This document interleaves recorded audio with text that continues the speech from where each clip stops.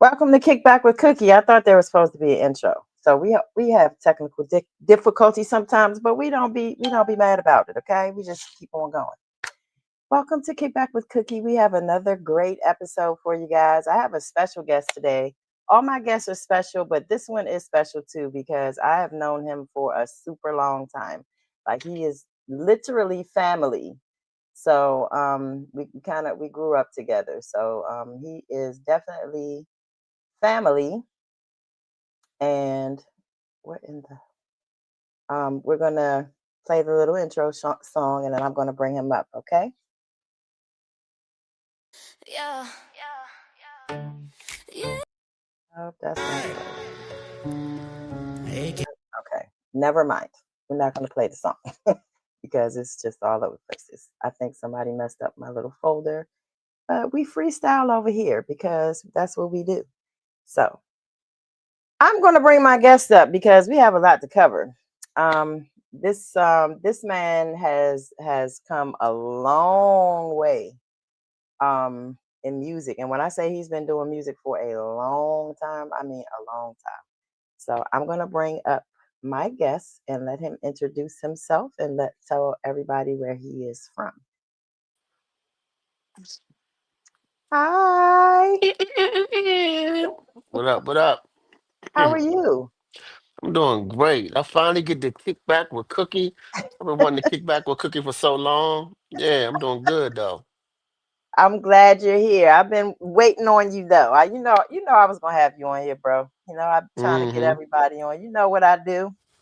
Yeah, for sure, for sure. I don't Yeah, forget about my people. yeah. So, can you tell So where we everybody who going? you are and where you're Okay. from? All right. So I am Ricky Angles.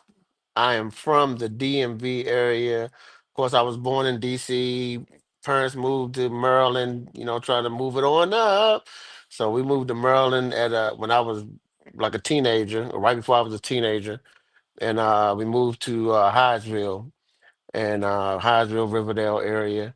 And of course, I went to a high school in Maryland. I went to Bladensburg High School, and then I've kind of moved around. After I graduated from high school, I moved around all over the place. Okay. So when did you start? What made you get into music? What made you be interested in music? Well, my family, my uncle was actually the guitar player for Herbie Hancock. So he played for Herbie Hancock for a while. So we had like a lot of instruments in the house. Of course, grandma had the piano in the front room when you walk in. So I stayed with grandma. Me and my mother lived with my grandmother for a while. So whenever any of the uncles and aunts would come over, we'd jump on the piano and do things. So that kind of sparked my love for music, period. You know what I'm saying? So when they came through, they taught me little songs to play, little things I can play to help them while they were playing. They like, you play this and why I play that or whatever. And I started doing that. And of course that just built the love of music in me. So I've been playing keyboard like just by ear for the longest time. Now that's what I kind of want to break down. So I've known you a long time, and I knew you when you were playing keyboards, and you've definitely done a lot since then. But let's start with the keyboards. When did Okay. you start playing a keyboard, or who was it for? So, like I said, I've been playing around on the piano for since I was probably 2, 3 years old, just playing around on the piano. But I started playing professionally. I started playing professionally for a band called Potential. You know what I'm saying? I started playing keyboards for a go-go band that was held out of Bladensburg, the area of Bladensburg. So that's kind of where I started doing things professionally. So I was probably what, like 14 years old or something like that when that happened. About. So, Hmm. guys, I've known him since Potential Band. My brother was the Congo player in Potential Band. So, Yeah, shout out to my brother. I'm pretty sure he's watching. I love you, Keith. that's Um, right. Keith, he play Congo. His name Keith. He play Congos. Hey, you know what? I was trying to get Chief to find that clip before we started this show today. Mhm. He was like, "Man, I got that clip somewhere." He just be like, Right. "My name's Chief. I play Congos." Like that sounds like my brother though. He don't have much to say. He was like, "But that's it. Like my name Hmm. is Chief, and I play the Congos." Right. So yeah, that was funny. So Potential Band, you played for Potential Band, and then you left Potential Band and went where? I left Potential Band and started playing for a band called Clicks. So it was like it was supposed to be an all girls group. So it was pretty much all girls except the drummer and the Congo player. So Mm, I was the Congo player in Clicks, and I was playing with a with another male drummer. He ended up his name was Leslie. He ended up playing for Rare Essence for a little while, but I ended up we were the percussion section for Clicks. So that's where I went after Potential. I started playing congos for Clicks, and I learned everything I know from Keith when it comes to the congos. wow. That's Yeah, interesting. I don't think I knew that. But yeah. bless up to my team, Mel B and Gemini C in the chat. Bless up yourselves. Love y'all. Um, so you learned how to play the congas from Keith, and then after you left Clicks, what did you do? Where did you go? So after I stopped playing with Clicks, I ended up playing with another band. We didn't have a name, but that's kind of where I met a longtime friend named Lamont, which I ended up bringing him to another band. I ended up bringing him to the Huckabucks late in later years, but we were playing in a band, and I was playing congos for his band as well, with another couple of neighborhood friends, my man George and a couple of people there. And then after I stopped playing congos with them, because we never did a big show. We did a lot of rehearsing, and so we never get to play like a big show. But after I stopped playing with them, I ended up playing with a band called New Experience. Okay. And so you played with New Experience for how long? I played with New Experience for maybe a year. It wasn't even long. So what it was is a friend of mine. I mean, of course, you know him, my man Chief Dog. He was the drummer for the group, and my man Carlos, who plays for Lit Band right now, he was the keyboard player, and I was actually their ride to rehearsal. So Mm, they was like, "Man, you keep taking us to the rehearsal, man, and all this type of stuff, man. You might as well just sit in." I said, "What could I do?" And Carlos was like, "Man, look, just get the cowbell and just sit on the side and man, play this. You just say, play this. Get busy, busy, get busy, get busy." And that was the first cowbell, little rhythm I learned how to play. And I ended up playing cowbell for them for a long time. I was backing up, if they was doing some chants or some raps. I was, yeah, come on. I was doing all of that for New Experience. So then, I ended up getting on the front line with them and being the cowbell player for real. okay. Well, shout out to Chief in the chat. Hey, what's up? Hey, I want to bring up a couple of pictures really quick because so you guys can see how long that I've known Ricky. oh snap. So I'm just going to show this one first. It looks like the other ones wouldn't come through. Do you remember this? Oh, yes, I do. So Look, for that's the that's record, that is me in the front. that is Cookie in the front. That is So definitely Ricky, Cookie in the front. Ricky Yeah, is like with that far behind, left. yeah, in the front left, and my Yeah, far brother is left. on the front right. My brother Yeah, Keith, and then Chief is in the back, right behind me. yeah, yeah. He the light skinned one back there. Oh, The light real, bright. real light skinned one. Right. Man, so that was down we was down there by the monument. I forgot the name of the little park, the little section that they call it. But I remember being down by the monument for like a stop the violence benefit or something. Oh yeah, it Mm-hmm. was. Yeah, it was because didn't I think DC Scorpio performed too, or Mm-hmm. yeah, it Yep. was it was a that was a pretty nice event actually. So Yeah. um So okay, so you and Chief were playing in a band, and then y'all went to the Huckabucks. Yep. So, me, Chiefy, and Carlos were playing for New Experience, and something must have. I don't know what happened with New Experience. I don't know. They stopped playing, and Chiefy got a call from a friend of ours named Wayne Chu. He was a drummer as well, and Chu was saying that this manager named Charlie Fenwick, who was the manager of a Hot Cold Sweat and Pleasure, that he was looking for a drummer and a keyboard player. And so, of course, they both called me, Chiefy and Carlos called me like, look, we need to ride up to the spot. You know what I'm saying? I know, Charlie looking for this and boom, boom, boom. And let's just see what happened.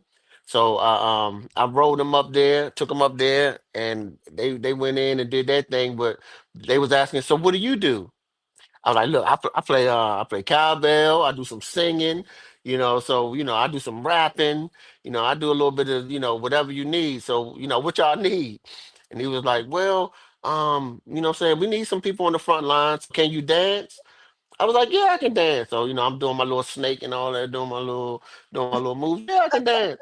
And he was like, look, can you dance and play the cowbell at the same time? I was like, yeah. I started doing the running man, playing the cowbell. I was like, yeah. So they was like, okay, boom, we like you. You know what I'm saying? Let's work.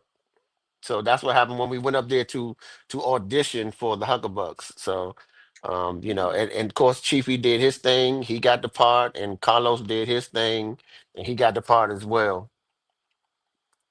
All right, so I know that I'm not going to get like the whole story because I already know what the deal is. I'm family, Hmm. so I know what's going on. But can you tell me a little bit about your experience with the Huckabucks, like the success, and as kids, how that success affected you, or what it felt like to even feel that kind of success as a child? Yeah, yeah. So this is the great thing. So of course, I did a lot of rehearsing with a lot of bands. Like when we've done shows and stuff like that, but it's a lot of rehearsing that you do, and the reward is is a little exciting because people kind of know your stuff, and it's okay. Like if the neighborhood people know your stuff. Put it like that, right? So when we got with the Huckabucks, we were rehearsing so much, and it felt normal. Like, okay, like this is what this is what we do. We be in here rehearsing, but he wouldn't let us play anywhere. So I was like, but I got, we got to see if this stuff worked. We got to see if the crowd is digging what we came up with. So when he was laying out the plan, like, look, we're gonna get y'all tight, we're gonna get y'all like uh, uh two sets of songs, like that y'all can play for one set and for two sets, and we're gonna learn that back and forth. Y'all gonna know it like the back of y'all hand. And then when y'all come out and y'all playing it, everybody gonna be, saying your parts, and they gonna know when the congos drop here and do that and all of that. And we was like, yeah, but let's do it. Let's get out here and do it. And I'm telling you, we rehearsed for like maybe like a year and a half, 2 years. Never played nowhere. We never played anywhere. So we was like, oh, you know what I'm saying? Like I even told Charlie, hey, look, I know how to set up some shows. Like I'm used to setting up some shows. 'Cause, back in the day, we used to set up at the Salvation Army and all the little Riverdale Rex and all the little rec centers and all that. I said, I know how to set up some shows, and I can get a lot of the buddies to come out with the honeys and all that type of stuff. And he was like, nah, we're not gonna do none of that. Like you're gonna get these sets tight, and then we'll kind of shock and all, you know what I'm saying? Because I got to set up where once y'all come out, they gonna love y'all, they're gonna accept y'all, and it's gonna be what it's supposed to be. And we kind of pushed back a little bit. We ain't believe him. You know what I'm saying? Like, man, he doing stuff the old way. Like we know the new way. But nah, he knew exactly what he was doing. He said, now the kids might come and see y'all, and they may say a couple of things that y'all saying, that they might know a little bit of this, a little bit of that. But if you get a song on the radio, they'll be saying everything word for word, and let's work on those type of things. a set together, get the songs, and get them put on the radio. So when y'all come out, they, they'll know all of your words and all of this. So we was like, yeah, yeah, we young, yeah, okay, whatever. And but we knew that he was successful with both of the bands beforehand with excuse me with Pleasure and High Cold Sweat. So we was like, all right, we just gonna go with the flow. We ain't gonna mess this up. We gonna go with the flow. And I'm gonna tell you, so I said all of that to get to this point. One day I was riding out Virginia with my cousin Lucky and Cat Eye Luck from 56. And we riding out Virginia, we pull into a gas station and we listening to Flavor 1580. We just listening to, whatever's coming on, like some rap. It was a couple of go-go joints and a daggone Huckabuck song came on the radio. I mean, I was tripping. I was like, hey, this us. Because, he big cousin, so he ain't never, he knew I was rehearsing for a long time, but he ain't never know that we had something that could be on the radio. He was like, this y'all? We turn it up. We literally get out like in movies. We got out the car at the gas station. I'm dancing hard as a mug, doing the hee haw, doing everything hard as I don't know what. Size to hear the music coming out the radio, like on the radio station, man, he's screaming like, "That's my cousin, that's my little cousin right there," and all this type of stuff. And we screaming, man. We get back in the car, they play it again. They play it again, play the same song again while we leaving. So I was like, "Oh man, this is what's up, man!" Like what I'm saying, this yeah, we hit it there. We about to be big now. But so the point is when you hear your stuff on the radio, you think that like you say, you think you Michael Jackson. You think that you didn't made it. Like, oh my goodness. They calling, what I'm saying, go out, we didn't have cell phones back then, but I definitely wanted to call people when I got home. Was y'all listening to 1580, blah, blah, blah, blah, blah. And after that, they were playing it on 1580 all the time. So, so all I had to do was say, yeah, come on the radio. You know what I'm saying? Come, just tune in. You might hear a little something. And sure enough, like it was playing all the time. And I went to little parties. I'm not gonna drag anything out, but I used to go to little parties and the girls there, be acting a little something something, and I be in there dancing hard, and they be like, "Oh, like you do something." I said, "Yeah, man, I play for this band called the Huckabucks. We got this joint on the radio."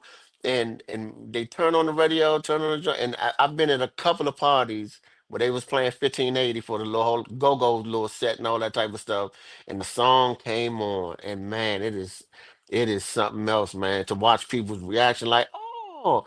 Okay, you somebody. Okay, let me get your number."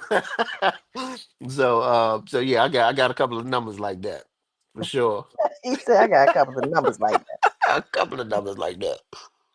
And for Hmm. those that you got, those of you that don't know, 1580 only played like go go. Like it was like a go go station or something. So Hmm. way back Hmm. in the day. So, Hmm. It's a little bit of boom bap. They play a little bit of rap, like hip hop and stuff like that. That other people wasn't playing. That the main radio stations wasn't playing. Yeah. all right. So you got the song on the radio, and then what happened after that? Like once it was on the radio, I guess you guys felt like you were celebrities, like Michael Jackson, like you said. So so let me just ask. I'm trying to figure out the words that the questions to ask without um y'all stay tuned because you're gonna have a documentary and all kinds of stuff coming up and soon. I can't ask him a Hmm. whole bunch of questions right now Hmm. because we want to leave some of that for that. Right. So what I'm gonna ask this question and we get off the Huckabucks. But what do you All right, go think ahead. was the reason that the Huckabucks separated, other than rest in peace Saquon, other than the fact that Saquon was there no longer? What do you think it was? Well, it was a number of things because the so one of the things that Charlie told us, our manager told us, he said, when you walk in the club and right before you play, just count the heads. Count the heads, and you know what they charging at the door. They might be charging 10, they might be charging 20. What I'm saying? Count the heads, and you can kind of see where your money is. You know what I'm saying? Where it's supposed to be. Like, oh, we got 300 kids in here that at $10 or whatever, 3,000 or whatever. So he was telling us to do that, like teaching us to do that, and Mhm. then it came to a point where we would, between us, we were counting heads, and the money was. He was like, "Hold on, man. You know what I'm saying? We ain't, it ain't, just, hey, some money missing somewhere, man. Like, and then we was getting, everybody was in our ear telling us that it should be like this, it should be like that, and of course that kind of fueled that whole thing. And when um when it started to like kind of fall apart, I would say, it's like, people were complaining about like what they thought that they should be getting. And so people stopped showing up. People stopped showing up to the shows and stuff like that. And one of the reasons that I left, the main reason I left, is because the it just wasn't paying me enough to. I just had a kid, and I was about to get married. I was living on my own, and it was a struggle, you know what I'm saying? Because we wasn't you know what I'm saying, for a little while the money wasn't coming in fast enough for me to stay on top of the bills. Like it'll come in little chunks where you can get caught up and stuff like that. But Mhm. you listening to your mom and all of that, and she's saying like, you need to, hey, you got this son coming in, you know what I'm saying, to the world. You gotta do this, you gotta do that, you gotta have this together. So for me, I ended up saying, hey, look, I'm gonna go ahead and focus on my family. You know what I'm saying? I got a new young family, and I had to back away. I had to step away from the whole thing, and focus on the family. So it's like I said, that's my story. And then you got people like Saquon, that was having his whole issues with the band, and then you was having Chiefy having his issues with the band. And so when stuff like that happens, then it just kind of you know, falls apart. You try to get people in there to replace the people and stuff like that, but it's not the same. A lot of times it's not the same. You know what I'm saying? Some people want to hear Rare Essence with funk. You know what I'm saying? You want to see Northeast Groovers with 32. You know what I'm saying? So sometimes it's just not clicking like you want it to Mhm. be. You know what I'm saying? So people kind of fall away. You know what I'm saying? The crowd and all that type of stuff. So yeah, Okay. that's that story. All right. So Chief says facts. Yeah, I know that's right. Chief All right. Dog.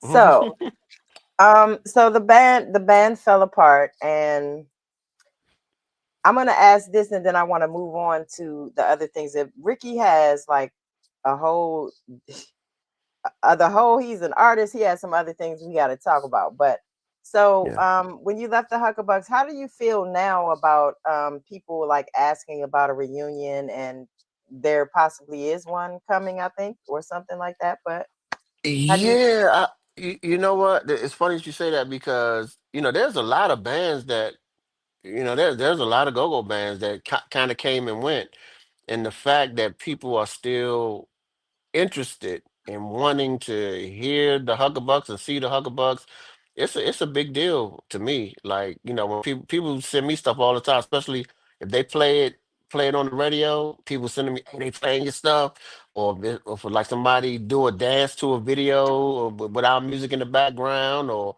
I've had people send me clips of them playing it at the football games or the basketball games. You know what I'm saying? They like, hey, they playing your joint at the basketball game.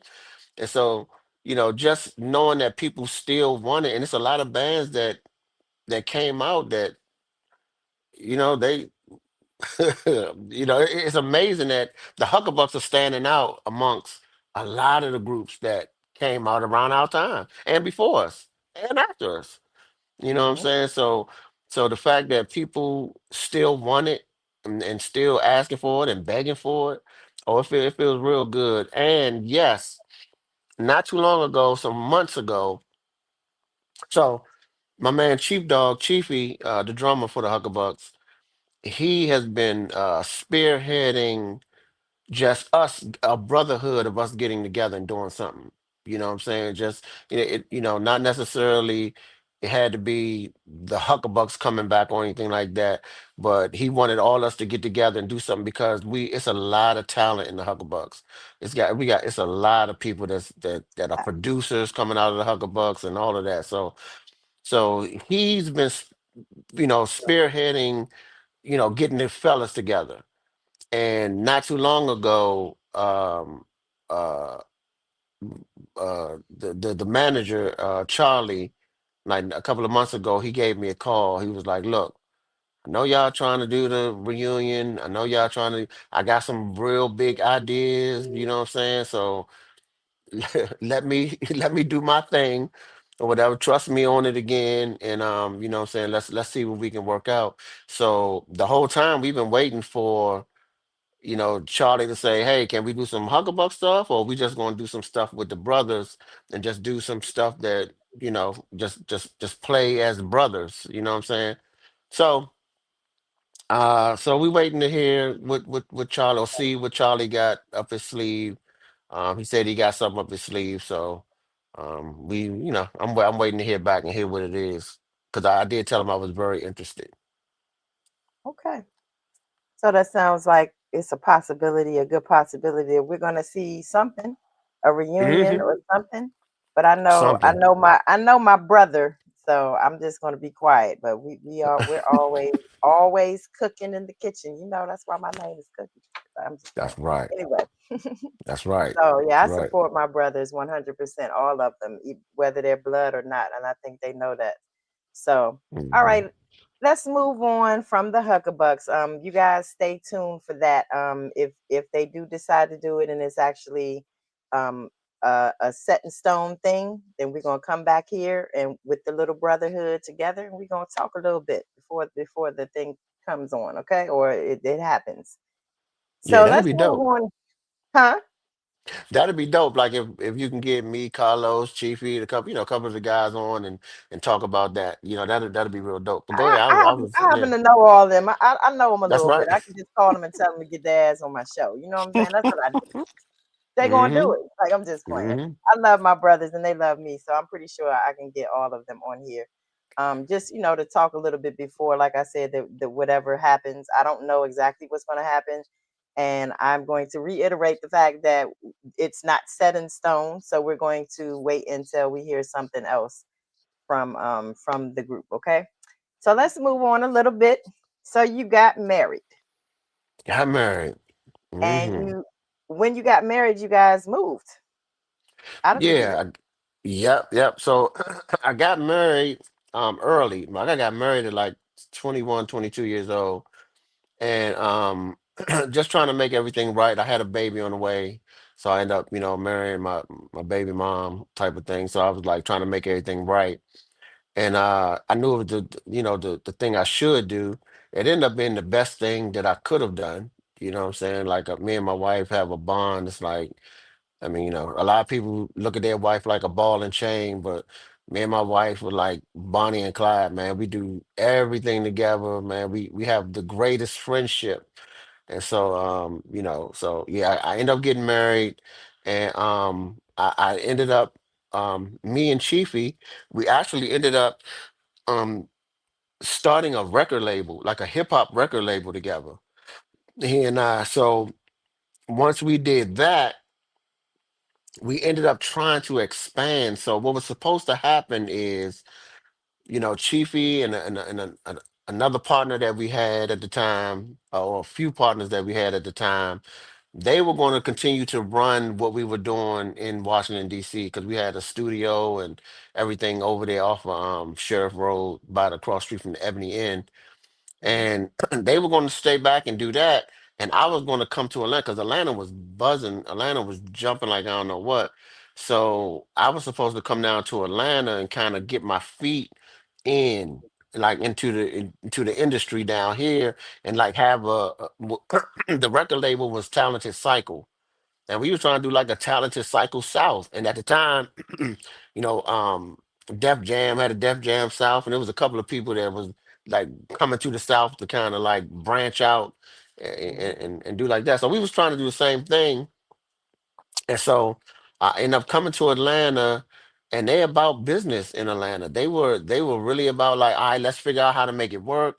Let's do our what's the number? Okay, that number cool, blah blah blah. They're not trying to, they for me, they wasn't trying to like Jew me down like, oh man, you can't do it for. You know what I'm saying? Something about back home, and when you know people, they be like, "Oh man, you can't do the show for $100, man. Like, let me, you know what I'm saying? I got to do this, I got to pay for this, and all that type of stuff, man. Let me come on through for $100." And you be like, "Man, that's gonna be gas money right there." You know what I'm saying? So to come back and forth and all of that. But when I got to Atlanta, it was a no haggling. Like you told them a price, and it was that. It was that like, all right, okay, let's figure out how to get that done. Let's get the paperwork together and do this and do that. And I made some money down here selling tracks. I literally made some money in Atlanta selling tracks. And I told my wife, I said, I'm missing some really important meetings. Like I can't get back to Atlanta as fast as as much as they calling and stuff like that. I said, I think we should go and set up and just go down there and stay and move. And she said, whatever you're trying to do, like let's run it.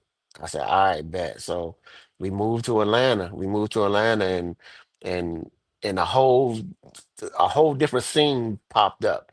So it wasn't even what I came to Atlanta to do. I came to Atlanta to do hip hop and something totally different broke out.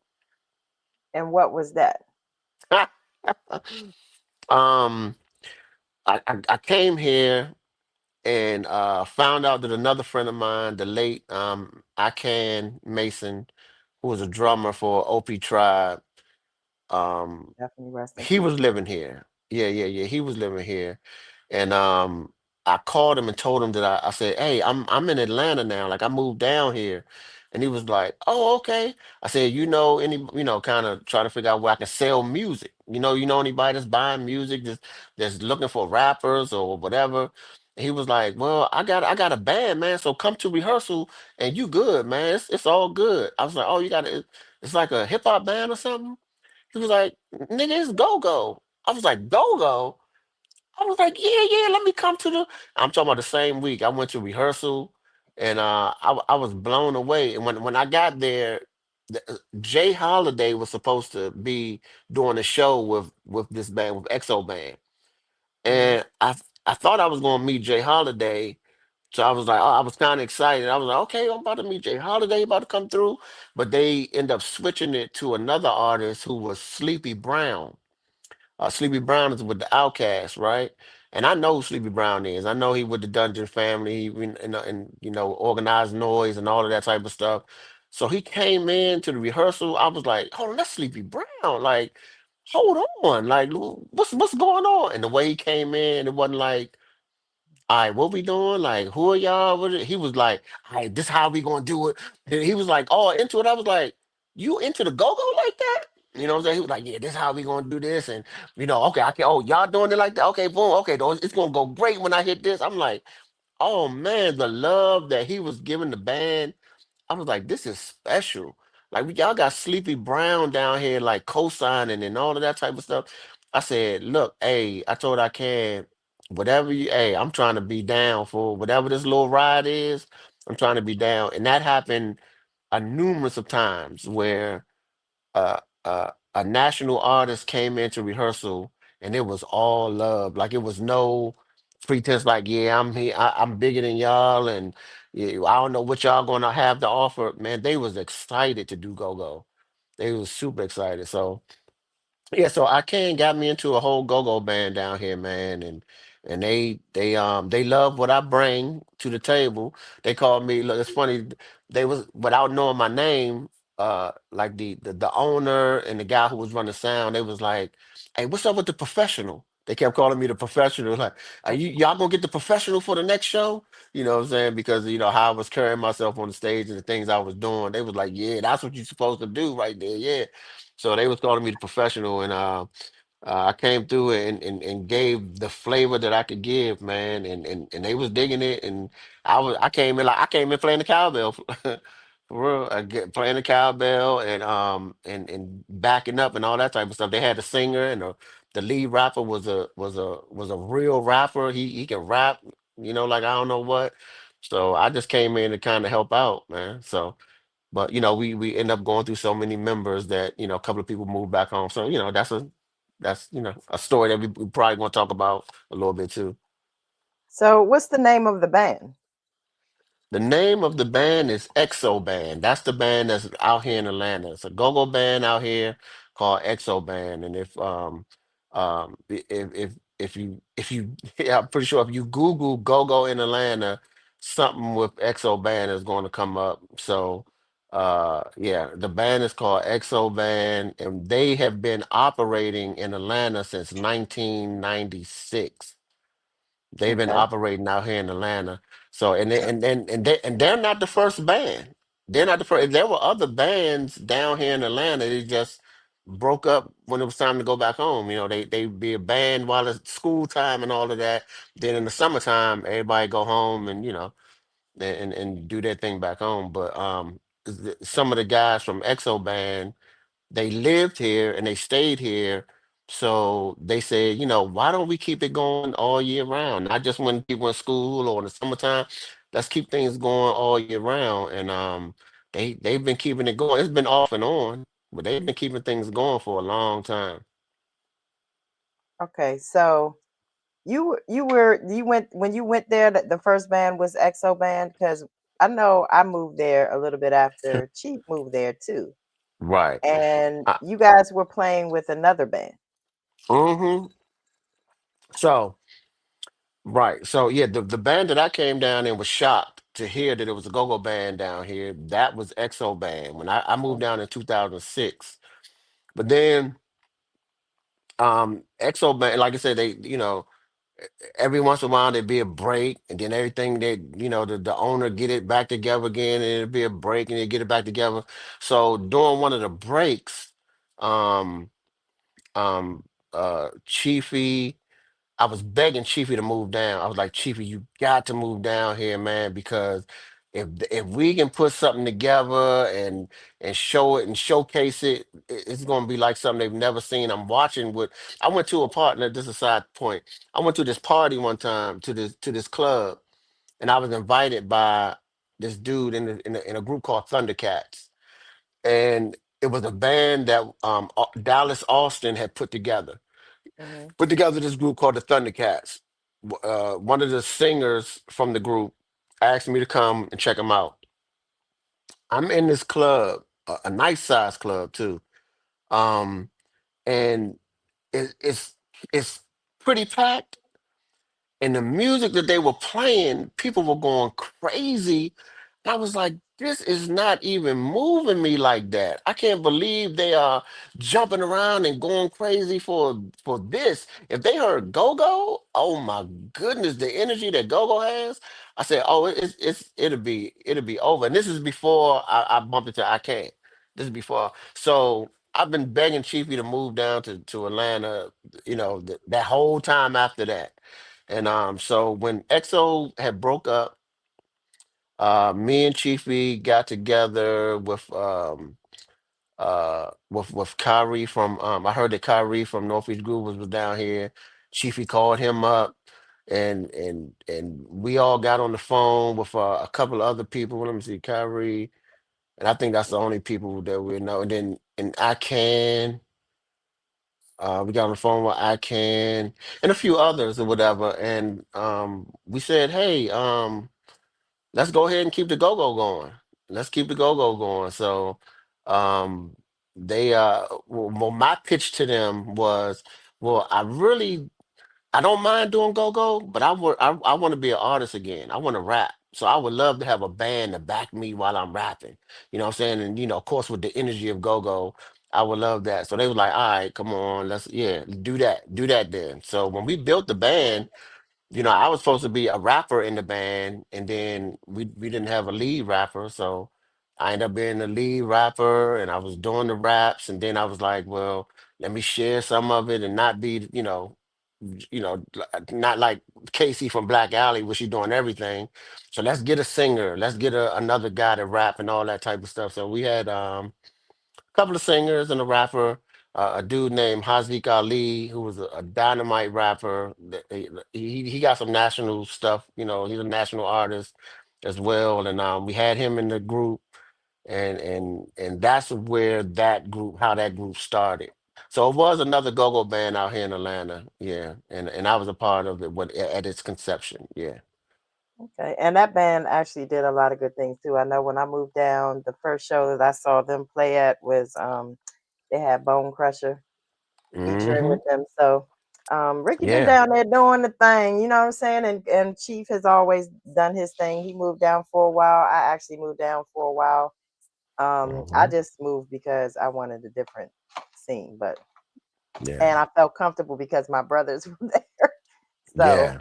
Yeah. um so yeah, so after you left that band and you're now back with XO. Yep. I left. I ended up leaving that band. It wasn't going in the direction that we had all talked about. You know what I'm saying? Where it wasn't just being a go-go band. Like I wanted to do some for real rap and and then with the energy of go-go. So it wasn't there. So I kind of stepped away, and the manager or the owner of XO Band called me. He said, "Remember we used to do this song? It's called What Did I Say?" And I had wrote What Did I Say? I was like, "Yeah." He said, "I put some music to What Did I Say?" He said, "And I would love for you to like go ahead and put your raps on there and all of that type of stuff." I said, "All right, well, let me hear the song." I didn't know that he was as good as a producer as like 'cause, he was the owner and the Congo player in the band and the drummer in the band. And so he met me one day and played the song, and I was blown away. I was like, "You did all of this?" He was like, "Yeah." He did the whole track, the whole go-go track. Yeah, he did the whole joint by himself. I was blown away. I was like, "Yeah, let's put it down." I think I recorded it at Chibi House, if I'm not mistaken. No, no, I recorded it somewhere else. But I ended up recording the song, and because we were kind of back in cahoots, he was like, "All right, what's up with you trying to get everything back together again?" I was like, "Yeah." So he called a couple people. I called a couple people. I was like, "Hey, y'all available?" And we put XO back together. That's probably been about 5 years ago that happened. And XO been kind of continuously growing and doing this thing since then. Okay. So before we go any further, I'm gonna play you have a video called Hot. Oh yeah, oh yeah. So I It would got my like man. to play. Huh? Yeah, yeah, yeah, yeah. Play that thing. I want to tell everybody be looking out for the special gems. It's a special sneak peek of Genghis in there.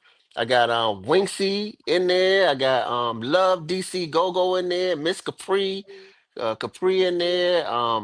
88 from Northeast Groovers is in there. Kyrie from Northeast Groovers is in there.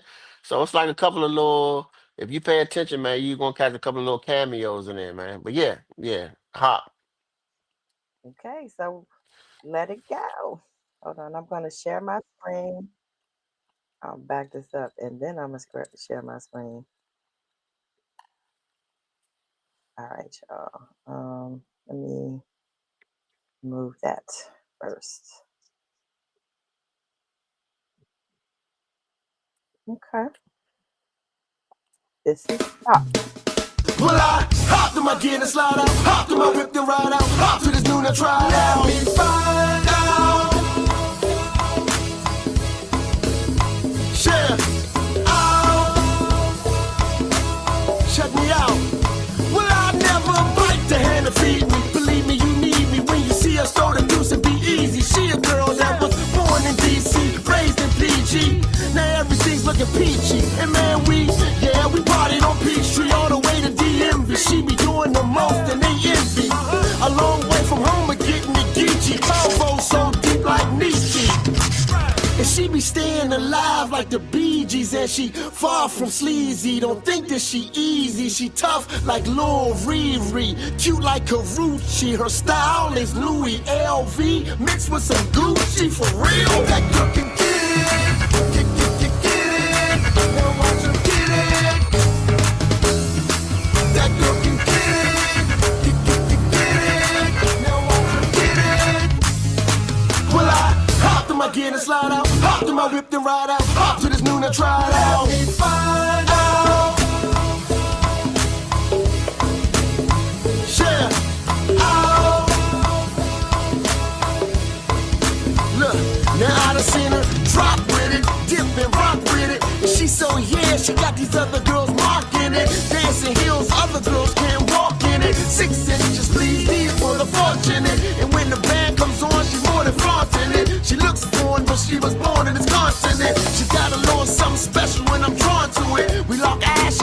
you know I'm born with it. And plus, I got just as fly as she was. And I'm about that life. I'm about it more than P was. Man, she was oh, and a little harder than P was. And I was tripping cause she was getting it. Watch and see, cuz that girl can get it. Get it. Now watch her get it. That girl can get it. Now watch her get it. That girl can get it. Now watch her get it. That girl can get it.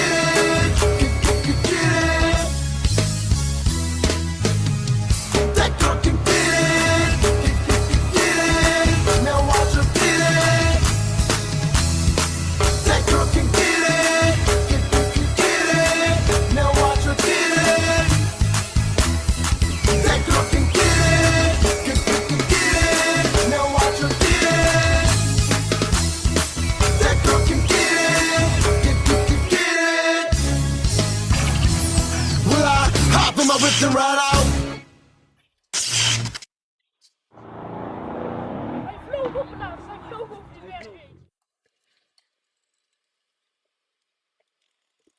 All right.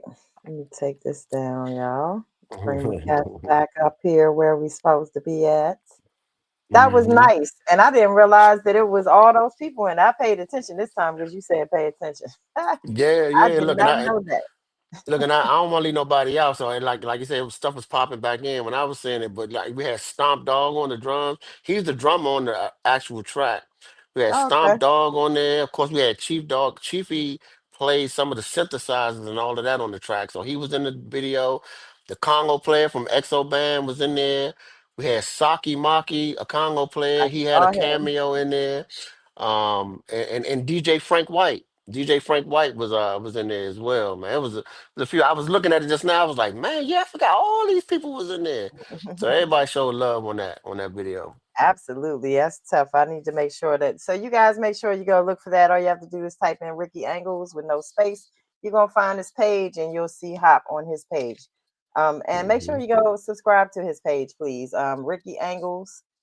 Hmm. It is your YouTube is something else, like the original, It's the Ricky Angles. the Ricky Angles. So make Yeah, sure you yeah, guys yeah. go subscribe to his channel and go run those numbers up on that video. I like that. I'm going to do it. I'm going to be playing that tonight when I'm on my live when I get off here because I owe TikTok jail time. It's like- Wow. so all right, so you're playing with the band again. I guess one of these days I'll bring the band back, or maybe Chief can bring EXO on his show. Unless I missed that. Did I miss that already? Nah, the band. I think nah, we haven't done anything with Chiefy. I've been on a Okay, few interviews with the owner of EXO Band, which is the Congo player, but okay, nothing. We haven't been on Chiefy show. okay. So we have to get you. We have to get you on Chiefy show. So I do have an announcement about the Chief and Go show. Okay. Okay. Chief and Go now has a new sponsor officially. Okay. It will Madness, Universal Madness. So Oh, that's dope. That's dope. That's yay. super dope. Yeah, that's super So dope. So That is we're looking dope. forward to that partnership. We're trying to work together with them on some a few things actually. So they will be the official sponsor of Cheap and Go.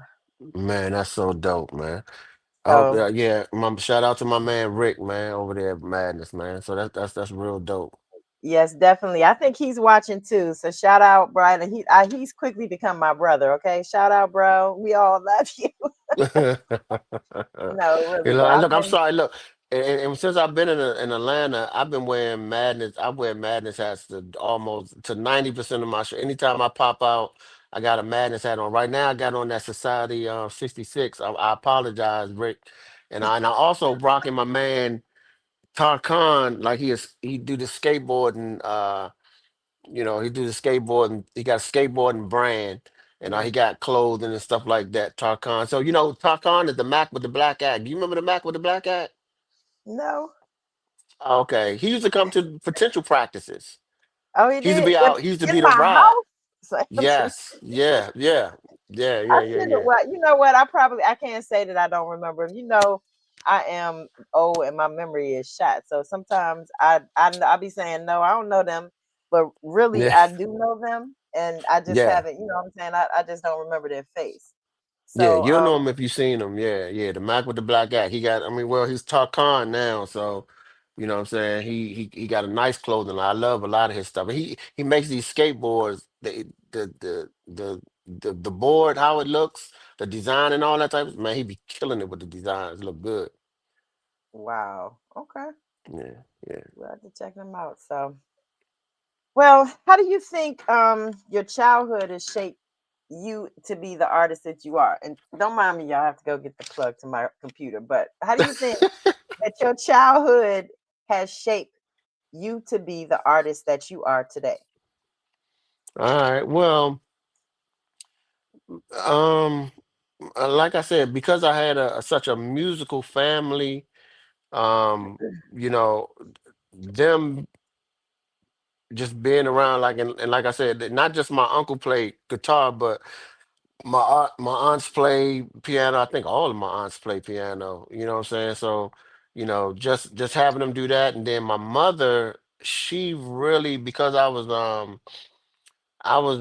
a little not to be like trying to size it or nothing like that, but I was like a little advanced as a kid. And because I was advanced, they used to try to make me be in all these like these little shows and try to put me in these little talent things and all that type of stuff. So my mother pushed for me as a young kid. She pushed for me to do something in entertainment, whether it was singing or playing an instrument or something like that. So my mother really, what I'm saying, supported me. And like I said, we ain't play nowhere in 2 years, but she was she with me. Yeah, go to rehearsal, get it together, do that. So she definitely helped me in that area, and my environment, just being in growing up in DC. Our stars, the people that we looked up to, were people in go-go. Like it wasn't, of course we like LL Cool J, we like, Run DMC and I mean, a lot of people, KRS-One, you can think of all these people, but our stars were Funk and Sugar Bear and Bugs and Chris from Groovers and all that type of stuff. So my environment definitely molded me to be the guy that I am. I pull out a little bit of all of that, the Northeast Groover stuff and rare essence stuff and backyard stuff. All of that's a part of me. So when I do stuff, you can kind of feel, oh, that feel like a Donnell thing, or that feel like 32 would do that, or what I'm saying. So yeah, all of that helped mold me into who I am. Okay, so back then when you were like, okay, let's say in potential band days, did you ever imagine that you end up like leading a band and becoming a recording artist? hmm Um, you hoped for it. You know what I'm saying?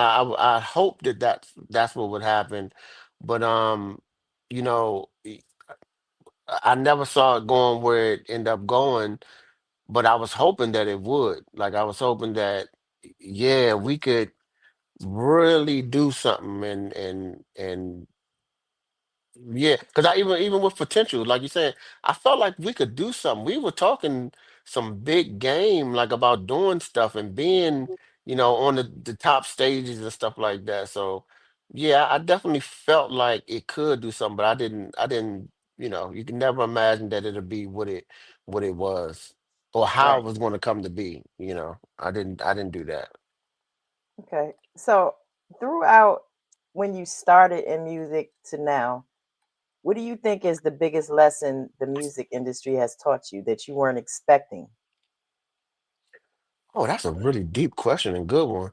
Um, No, okay. What my biggest thing, and I say this to my guys all the time, to my close friends, man. Like you may think that you big or you may think that you're doing some stuff, man, but you got to make people care. Nobody cares, man. Nobody can, like they're not gonna be looking for your video and looking for your songs. Like I have songs on iTunes and all the platforms and stuff like that, people not running those numbers up. You know what I'm saying? You gotta make them want to look you up. You gotta be present. You gotta be in their face. You know what I'm saying? Everybody's on the what have you done for me lately? You know what I'm saying? Like even if I had stuff going on back in the day, they want to know what you've done for me lately. So Mhm. my thing is, if you want to do this, if you want to be an entertainer, you got to run it like you want to be an entertainer. You got to do all the things. You know what I'm saying? There's going to be times where you're going to be asked to do some stuff that's not going to give you the money, but it may give you the exposure. You know what I'm saying? So Yep. you have to be paying attention to your brand, your brand and what you're trying to do. What is this situation going to do for my brand? And how is this going to help? And never think that you're bigger than anybody or anything. Like what I'm saying, like give respect to everybody that's coming up to you and asking you questions. Like I have people that call me all the time, like, "Hey, my little brother rap. How could he?" And I'm not no manager or nothing like that, but I'll say is whatever's going to be of help. I'll drop a jewel here and then, like say, hey, make sure, is he serious about this? Is he trying to do this? What does this look like? Who is his demographic? I be trying to help them to think, okay, it's possible, but you got to be on it. So Right. yeah, I think that's the biggest thing that I learned, that nobody cares. Like is they on to the next Nobody thing. cares. They are on to the next thing quick. I mean, it's true though, and I hope all the artists that watch me every week and actually know me, I hope you guys Hmm. are taking heed to this. Some of you are new artists, some of you are not, but all of these things, experiences to me that everyone have, is all lessons that people need to learn, especially if they're doing the same thing that Ricky is doing. If he's an artist, if you're an artist, if you're a musician or what have you, you need to know these things. So it's important. So Hmm. I have a question. It's a band question, and I'm asking because I really want to know. Hmm. Literally, I really want to know. How do you balance your ideas, your creativity with the ideas of the rest of your band? Oh, now that's now, yeah. So if you if you're ever in a band or a group, you have to know it is like if you're in a group. I'm in a group of nine. Hey, everybody does not think the same. You know what I'm saying? So a lot of it kind of goes back to, we always talk about like the whole James Brown thing. You know what I'm saying? James Brown had a vision. Like he didn't know like the music terms and all that type of stuff. Like, everybody's seen the movie, like, does it feel good though? Like, I know that you saying that it won't work and this ain't blah blah blah, but does it feel good? Okay, let's go there. This is what I want y'all to do. This is the direction that we're going. This is what's going to help us get to whatever. Me feeling like I need to break down or whatever. So you have to have a leader in the band, somebody that you trust with the outcome of the band, but knowing that you have nine other people that have ideas, because even in the band, even in XO band right now, every single let me see, not every single person, not the singer. We have a girl singer. She's not a producer, but every single musician in the band is a producer. You know what I'm saying? So they all want to do, whatever they can. You know what I'm saying? So a lot of people fall back on their ideas. A lot of people want more out of their ideas. And you just got to say, is it for the group? You know what I'm saying? Because some people want to do all covers, some people want to do all originals. You know what I'm saying? So a lot of times, like it comes to a lot of compromising too. You know what I'm saying? Like, okay, we're gonna do a couple of originals, but we're gonna throw in these covers as well. And so you just gotta, when you bring somebody to the band and they trying to and they not just work for hire, y'all gotta discuss that. Like, all right, look, this is what the vision is. This was what I forgot what they call it in business, the something plan, but that not that motto. But yeah, but you gotta you have to be able to um kind of lead the situation and push it in a direction that you know that it's going to, or you, because no one knows, but you feel like it's going to be best for the group. Because no one know, and I'm like that. Like I know that there's more than one way to skin a cat. So I know that there's way more ways to do things that are not my way. You know what I'm saying? So I'm always open to hear stuff, and we always try stuff. Even with the band that we have now, we're always trying something, and some stuff don't work. And this is the weird part, right quick. This is a side point. Sometimes what we'll do will work for a few weeks or months, but then it will stop working. You know what I'm saying? So then you got to kind of redraw stuff and do things a whole different way. So, it's real hard to keep everyone on the same page and keep everyone satisfied because everybody wants whatever they're a part of to be successful. But sometimes they may have to get their own band to be able to go in the direction that they want to go in. That's Right. kind of like a big thing right there too. Okay. Yeah, and that happens all the time. Like I say, XO band, we've had so many members, even since I've been there, and before me. There's always like a revolving door in XO band.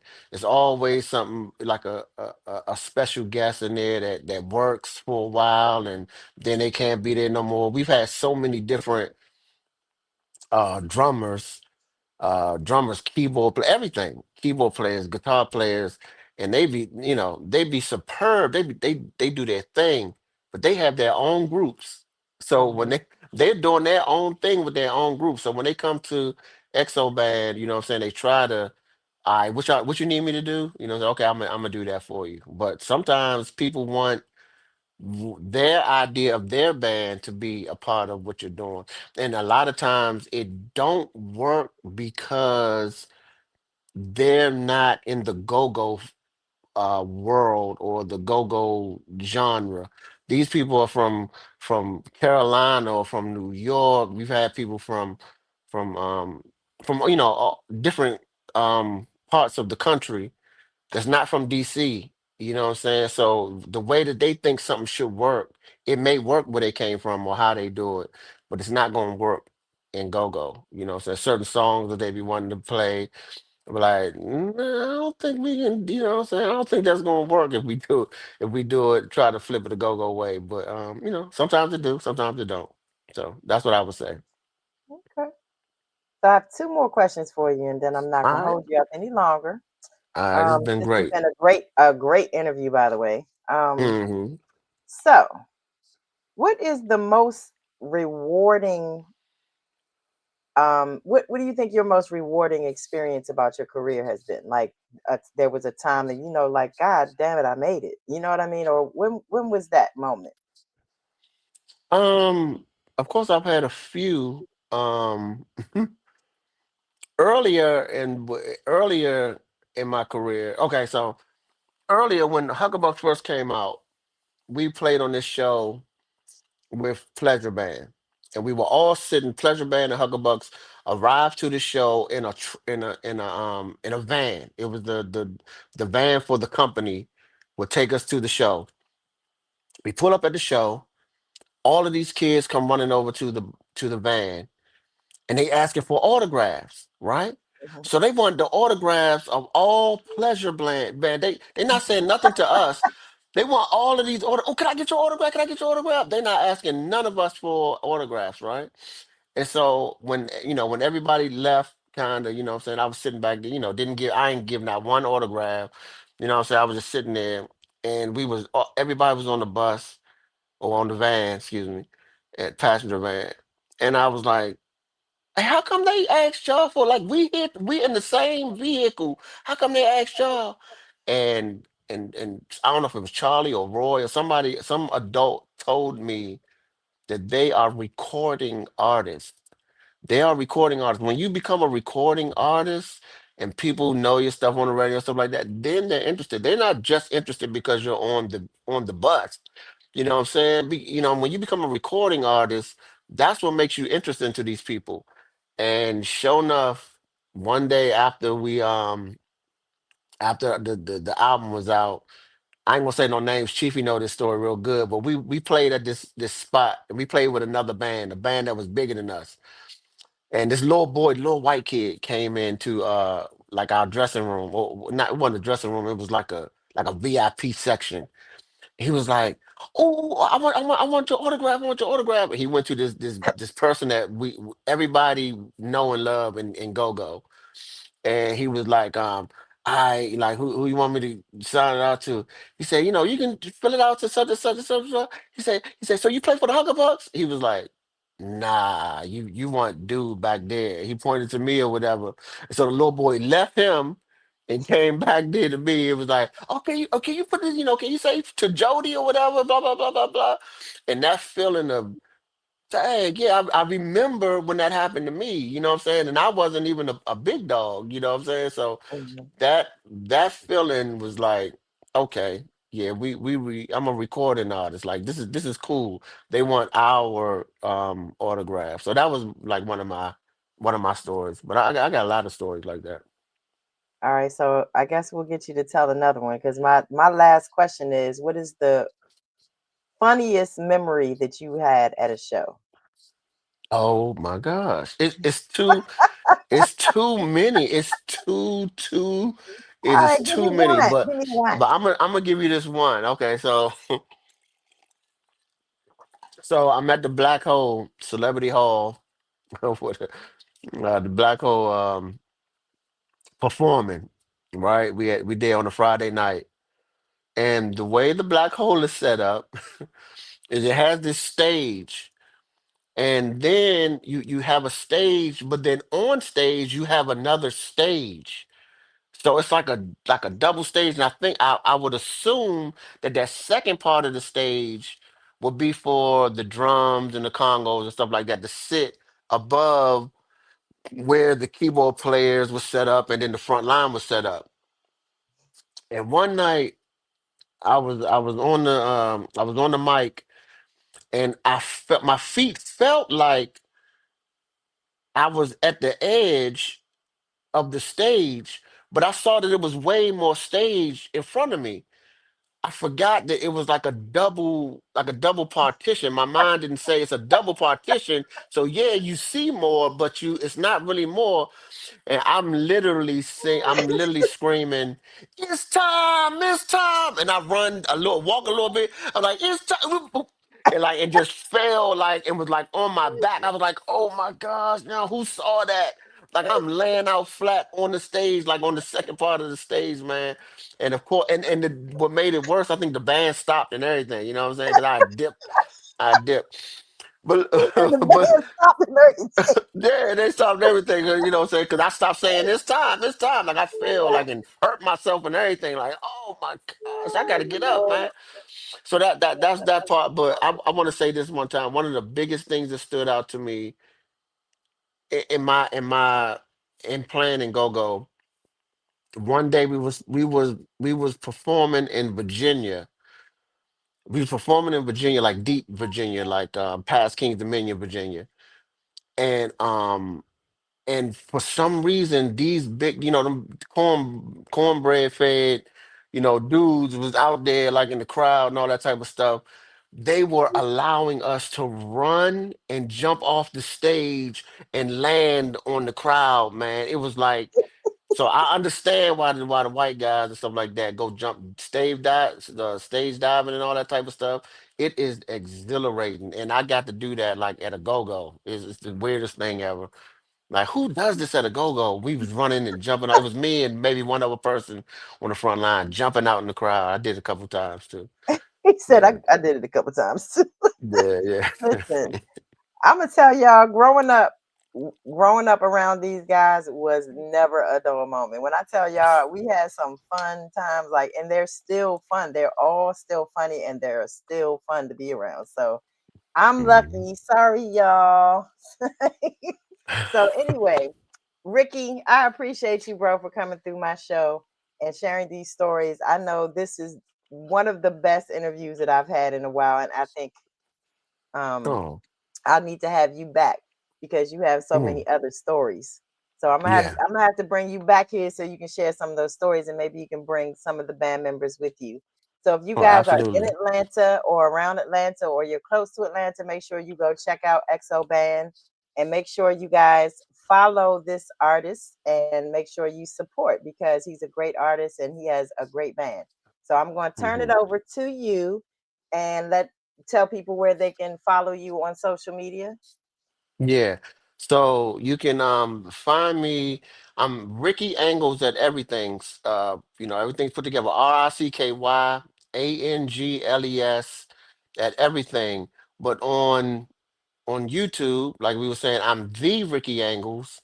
And then on TikTok, what I'm saying, I'm kind of on there now. I am Ricky Angles 2. I think somebody else got my name before I got to it or whatever. So I'm Ricky Angles 2 on TikTok. So make sure that y'all come, yeah, Ricky Angles. If you're trying to find me and try to find my music, it's Ricky Angles at everything. And please support. We need the support. The community needs the support and to let y'all know, I'm letting Cookie know she's the first person I'm telling this to right now. I have I have three projects coming out. So I have a album that's about to come out next year. I have an album coming out, and I also have a series. It's a storytelling series that I'm about to do on YouTube. That's coming out. And of course, like Cookie said, it's a few documentaries. We got this documentary talking about how Go-Go came to Atlanta and how it kind of formed. And we got some banging people telling how that story went down. So be looking out for those projects too. Hopefully everything will be next year. Everything will be next year. I'm not sure about the documentaries yet, but yeah, so be looking out for me, y'all. Be looking for me. Follow me. Okay, so I definitely know that a couple of new documentaries will be on our when we're going to be putting stuff on our Roku channel soon. So hopefully we can get some of those on there too. So So thank you so much for sharing that. So you guys make sure you look out for his album next year. You said next year, right? yeah, yeah, yeah, Okay. next year. So next year, make sure you look out for that and please, please, please y'all go subscribe to the YouTube channel so you can hit the little reminder button when he does come out with his storytelling series or whatever. Support the artists. You guys, I say this every show. We don't just interview the artists and let them go on about their business. And y'all, I said this, my brother, go follow him. They said I was a That's bully. right.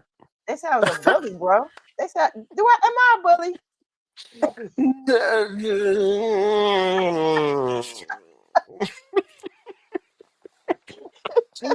He said, listen,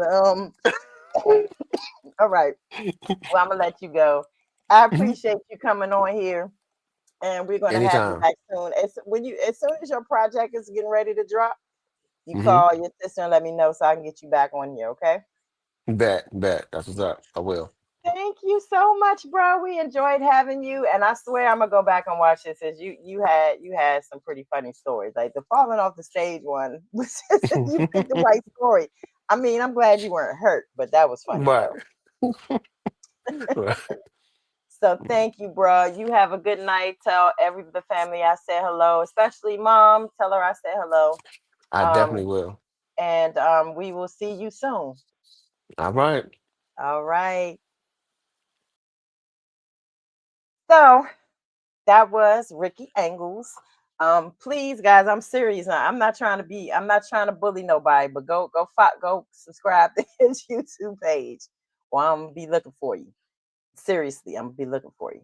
Go subscribe to his page. Go subscribe to Chief and Go. Go subscribe to Go Go Loops. Go to subscribe to me.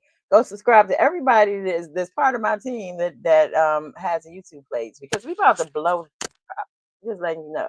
All right. So, anyways, I have a couple of announcements before I get off here because I need to go to sleep. I have not slept really well in like 4 days or so. So I look like I'm okay, but I'm not okay. Okay. So the first announcement is this month, the 23rd of December, Lux Radio is having a virtual Christmas concert.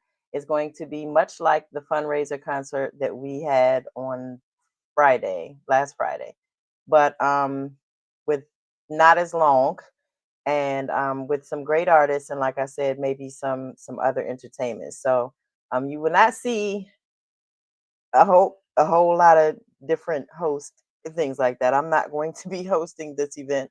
I will be there, and maybe on the screen a time or two. But we are going to have some great performances and great little things lined up for you. I'm not going to tell you what, but we have some things. We have some special things lined up for you. So please look out for us ladies, the Lux ladies. It's only four of us. It's Ray Ask Ray, Mel B, Mel B, and Gemini Goddess and myself. We will be um, facilitating the Christmas concert, and hopefully, I can get my brother Chief in those comments to be a part of it too. We're gonna talk to him later. So we have not finalized the artist, the performance, or any the performances or anything, but we will be updating that soon, so we'll know who is going to be there and maybe some special guests. I do know that there is one special guest already, so um, make sure you tune in on December 23rd. I'm going to lift the registration so that everyone can just watch the show on any platform. It was supposed to be a concert and only on our website, but I'm going to lift that so that you can watch it anywhere like you watch the show. And thank you. Oh, there goes up. Bless up, Universal Madness. Bless up yourself. Bless up. And then Chief, we'll talk later about some things or whatever. I appreciate he said cookie cutter. And that's why they call me Slice. I'm just kidding. All right, y'all. So make sure you tune into the concert and make sure that you look forward to a lot of great things coming. And we're going to shout out our sponsor for Chief and Go again today, who's also doing some other partnership stuff with Lux Radio. So we're shouting out Universal Madness, and we're shouting out our other sponsors, which are RAS Herbals. And RAS Herbals sells sour sop leaves, guava leaves, fever grass, all kinds of things like that, which I need to get off of here and go drink some of that tea. And we have Calorane candles. She makes beautiful candles. Some of them to me are literally look too pretty to light. So they look like this. So Calorane candles, and then we also have Bello Burn hot sauce. And Bello Burn hot sauce, I'm gonna put his website across here because when I say y'all need to go right now and order some hot sauce, I've been trying like a whole lot of different hot sauces because I'm a hot sauce person and I'm real picky about hot sauce. So like the one I have now is too salty. I'm never gonna finish using that. And but his hot sauce is just different. It's flavorful. It's not too salty.